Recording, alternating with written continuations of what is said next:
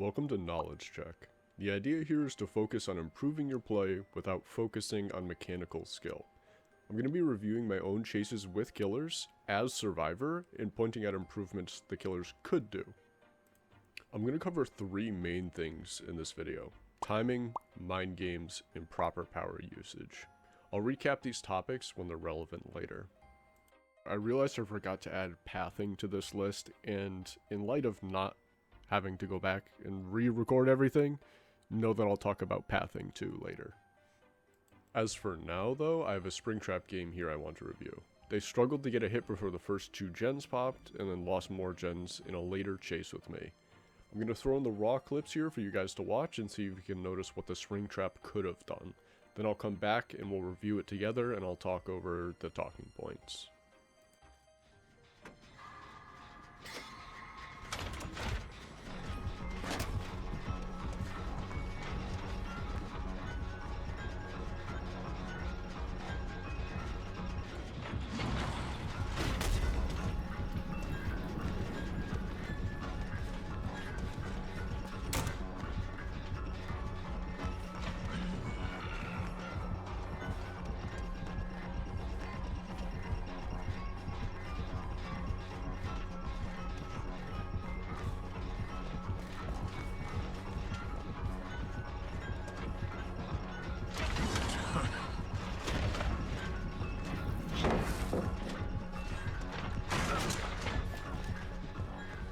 There's something I want to put my 2 cents in for.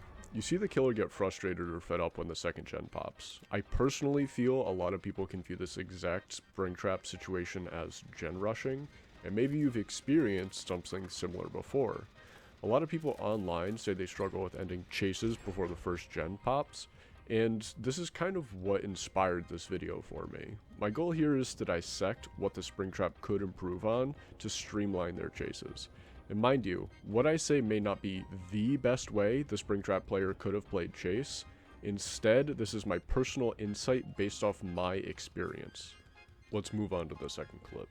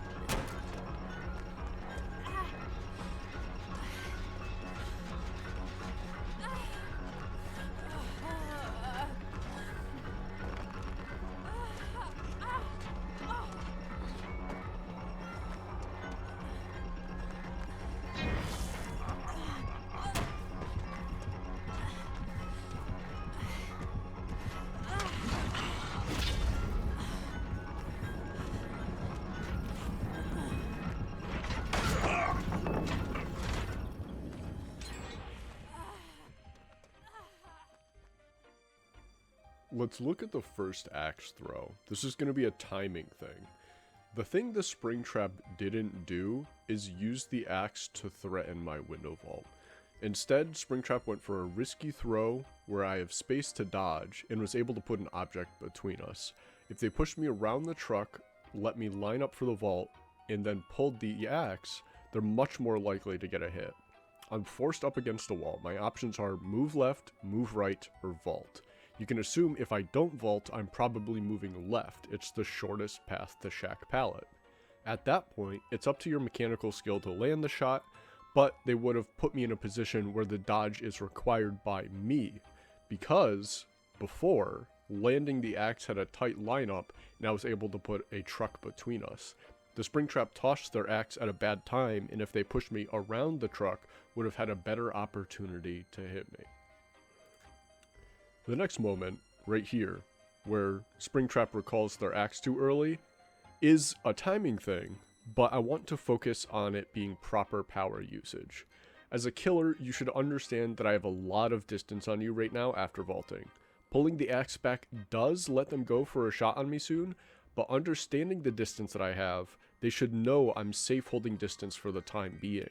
The The Springtrap shouldn't have recalled their axe until I made it around the long side of Shack. Without the axe, Springtrap moves quicker and could have closed more distance before recalling. This could have been enough distance that by the time Springtrap makes it back to the doorway, they could have had a better shot on me. Instead, you see I get to make a loop around the window side of Shack. Now, something I don't see people doing nearly enough is pulling off good mind games. A lot of people understand the basic red stain mind game, but what could Springtrap have done to catch me out at Shack? The thing is, Shack is actually mind gameable for M1 killers. It's not a solid strat to use against very good players who can read heartbeats, but it does work. I'm going to throw in a clip of me telling my friend I need footage of a Shack chase where I'm going to mind game him. I don't tell him what the mind game is, so here's the clip. Yeah, let's go. Ready? Stay at Shack, right? Okay. Oh, wait, what? To go into detail about why this works, you see the survivor standing at the corner, they have a third-person camera, they see you walking up alongside the Shack wall, and they leave. The mind game is that you backpedal right as their third-person camera is unable to see you anymore. It's more of a get a feel for it, more of a timing thing, and then you moonwalk into Shack so they don't see your red stain if they're looking forwards, and you typically get a hit there. It closes a lot of distance for M1 killers, and can work on people not expecting it, but it is a gamble, it is risky, and that's why it's a mind game.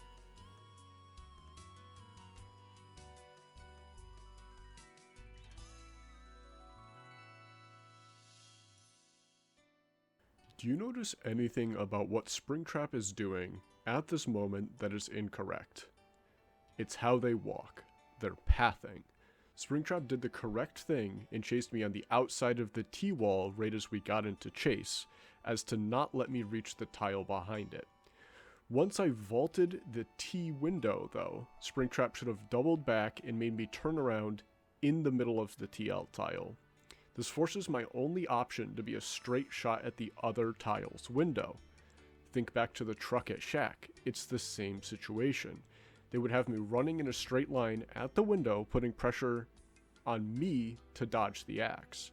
Instead, Springtrap walks around the TL tile in a way that allows me to continuously chain the windows and surrounding tiles in a way that's favorable for me. As we watch the rest of the clip here, just sit and think about why the Springtrap's pathing lets me get away with what I'm doing. I'm not the one leading the chase, the Springtrap is. They have complete control over what way they want me to rotate, but the way that they do allows me to get away with how I path the tiles.